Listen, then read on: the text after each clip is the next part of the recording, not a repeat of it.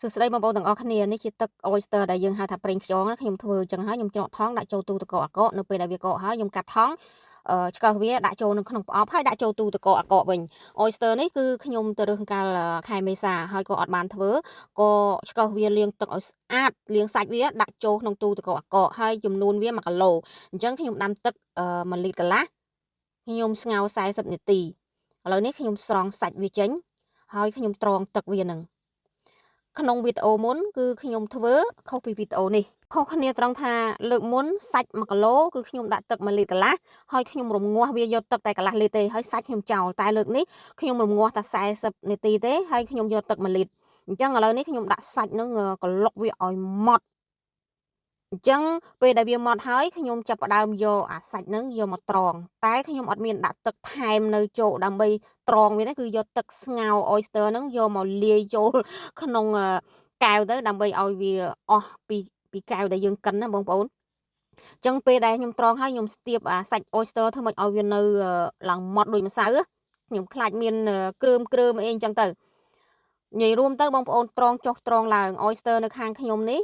នៅស្រុកអង់គ្លេសនេះបើរើស oyster ឆ្ងាញ់រើសនៅខែតុលាខែមេសាខែក្តៅនៅតែរើសបានបងប្អូនក៏ប៉ុន្តែរសជាតិចាញ់ខែរងាពីមុនមកមិនហ៊ានទៅរើស oyster ខែល្ងាទេខ្លាចល្ងាតែដល់ពេលទៅរើសម្ដងបងប្អូនហើយឈប់ទៅខែក្តៅហើយអត់ឆ្ងាញ់ទេ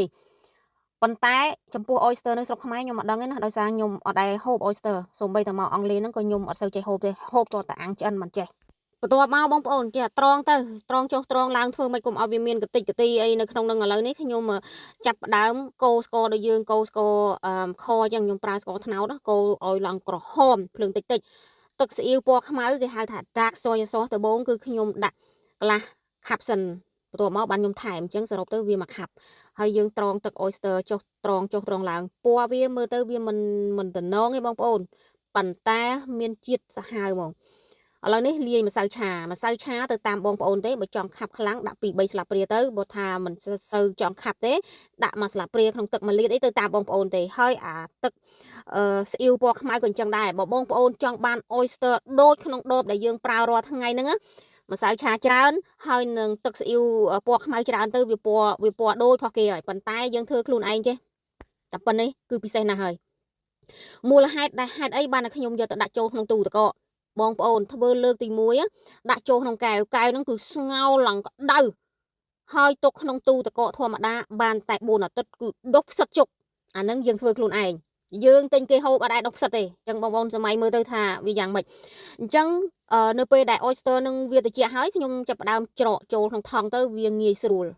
វាមិនសូវស៊ី space ក្នុងទូទឹកកកហើយដាក់ចូលទូកកទៅហើយពេលដែលវាកកហើយបានខ្ញុំដកចេញយកមកដាក់ចូលក្នុងប្រអប់ទៅងាយស្រួលនឹងយើងយកមកឆាយកមកប្រឡាក់សាច់អីចឹងទៅនិយាយពីថាធ្វើ oyster ម្ដងលិតរីកដៃអស់ហើយបងប្អូនវាឆ្ងាញ់ខ្ញុំនឹកឃើញឪពុកម្ដាយខ្ញុំកាលគាត់មកលេងអង់គ្លេសហើយខ្ញុំទៅរើស oyster អាំងឲ្យគាត់ហូបគាត់ថាចូល oyster នៅស្រុកនេះឆ្ងាញ់មែនកូននៅស្រុកខ្មែរពុកហូបអស់តែមួយហ្នឹងគឺឆ្អែតតែហូបអស់5ឡើងប៉ុនបាតដៃហើយនៅតែឆ្ងាញ់គាត់ថាឆ្ងាញ់មែនដោយសារ oyster ទឹកដោះគោបងប្អូននិយាយមែនមិនចេះតែនិយាយទេអ្នកដែលធ្លាប់ទៅរើសហ្នឹងគឺដឹងហើយអញ្ចឹងនៅក្នុងវីដេអូនេះមានតែប៉ុណ្្នឹងទេបងប្អូនជូនពរបងប្អូនទាំងអស់គ្នាសុខភាពល្អពីម៉ែសវណ្ណនៅប្រទេសអង់គ្លេស